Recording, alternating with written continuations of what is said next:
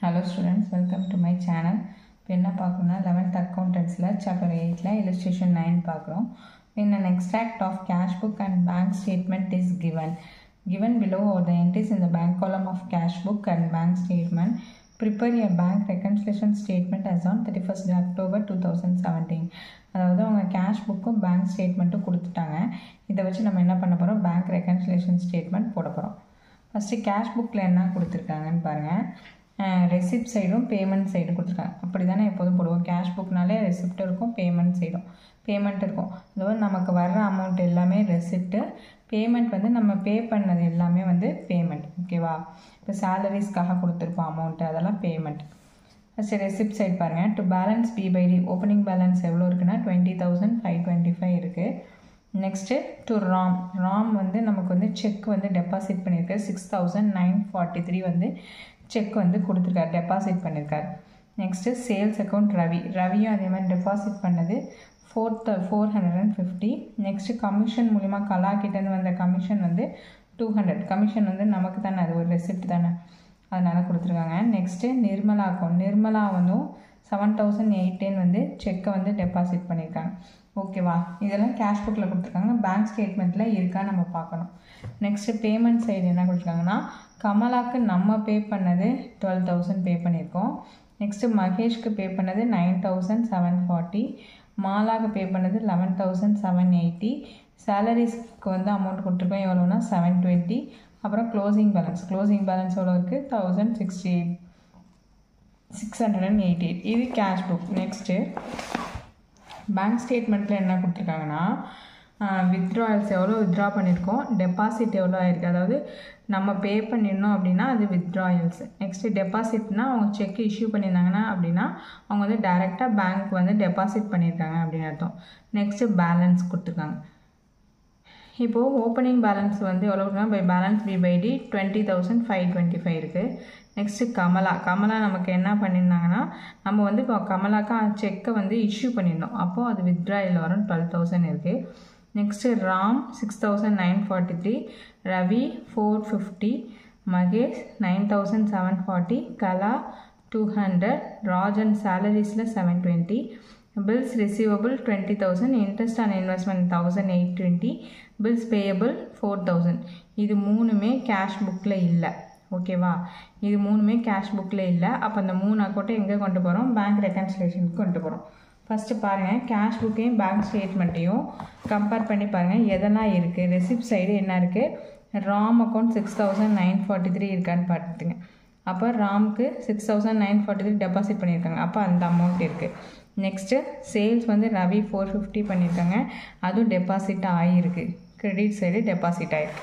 Next commission கலா வந்து 200 கொடுத்துருக்காங்க, அதுவும் என்ன இருக்குது, டெபாசிட் ஆகிருக்கு. நெக்ஸ்ட்டு நிர்மலா வந்து 7,810 இருக்குது, அது வந்து என்ன ஆகலை, செக்கை வந்து இஷ்யூ பண்ணி ப்ரெசென்ட் ஆகவே இல்லை. அப்போ இந்த அக்கௌண்ட் என்ன பண்ணும், இங்கே கொண்டு போகணும், பேங்க் ரெக்கன்சிலேஷன் ஸ்டேட்மெண்ட்டில் கொண்டு போகணும். நெக்ஸ்ட்டு பேமெண்ட் சைட் பாருங்கள். கமலா 12,000, கமலா எவ்வளோ பண்ணியிருக்காங்க 12,000, அப்போது அது வந்து வித்ட்ராயல்ஸில் இருக்கான்னு பார்த்துக்கணும், அதுவும் இருக்குது.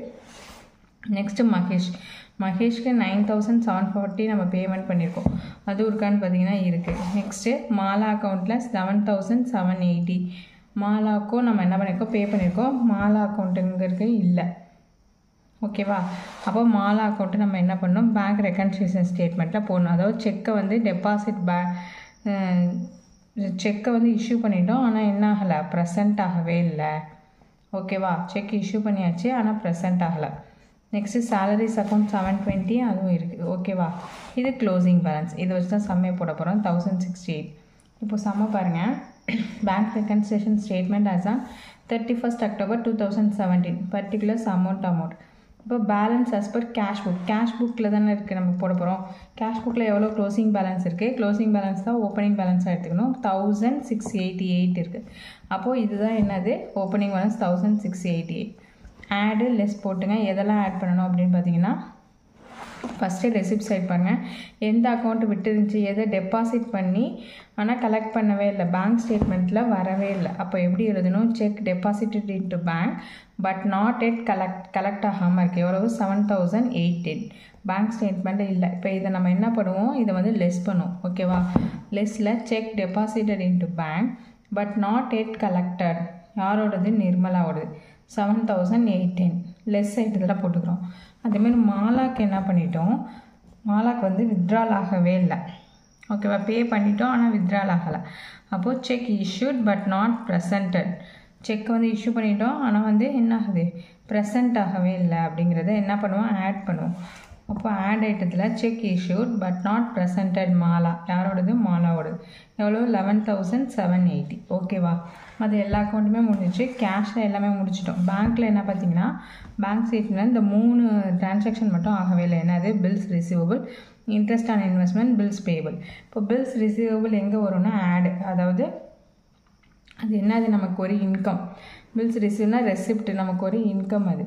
இப்போ அதை எப்படி எழுதுவோம், பில்ஸ் ரிசீவ் ஆட் ஐட்டத்தில் bills receivable collected not entered in cash book. இது என்ன பண்ணிட்டாங்க, கேஷ் புக்கில் என்ட்ரு பண்ண விட்டுட்டாங்க. இப்போது பேங்க் ஸ்டேட்மெண்ட்டில் தான் இருக்குது, கேஷ் புக்கில் இல்லை. அதனால் bills receivable collected not entered in cash book, எவ்வளோ 20,000 என்ட்ரு பண்ணிடணும். அதேமாதிரி next interest on investment. Interest on investment வந்து நமக்கு ஒரு இன்கம், அதையும் என்ன பண்ணுவோம், ஆட் தான் பண்ணுவோம். Interest on investment collected not entered in cash book, அதையும் கேஷ் புக்கில் என்ட்ரு பண்ணலை, எவ்வளோ 1,820. Next bills payable. பேபிள் என்ன பண்ணணும், லெஸ் பண்ணணும். அதாவது பில்ஸுக்குள்ள அமௌண்ட் வந்து நம்ம பே பண்ணியிருப்போம், அது வந்து கேஷ் புக்கில் என்ட்ரு ஆகாமல் விட்டுட்டாங்க. அப்போ என்னாலுங்க லெஸ் ஐட்டத்தில் bills payable paid not entered in cash book 4,000. ஓகேவா, இப்போ எல்லா ஸ்டேட்மெண்ட்டும் எழுதியாச்சு. இங்கே ஓப்பனிங் பேலன்ஸ் 1,688 இருக்குது. ஆட் பண்ணுற ஐட்டம் வந்து 20,000 ப்ளஸ் 1,820 ப்ளஸ் 11,780 எல்லாத்தையும் ஆட் பண்ணிங்கன்னா 33,600 வரும். 1,688ஓட ஆட் பண்ணிங்கன்னா 35,288. லெஸ் ஐட்டம் வந்து 7,810 4,000 ஆட் பண்ணி 11,810 போட்டு 35,288ஓட லெஸ் பண்ணிங்க அப்படின்னா 23,478 கிடைக்கும். இப்போது balance as per cash book அப்படின்னா நம்ம என்ன எழுதுவோம், balance as per bank statement அப்படின்னு எழுதுவோம். ஓகேவா, சம் புரியும்னு நினைக்கிறேன். புரியும்னா கமெண்ட் செக்ஷனில் கமெண்ட் பண்ணுங்கள். Thanks for watching.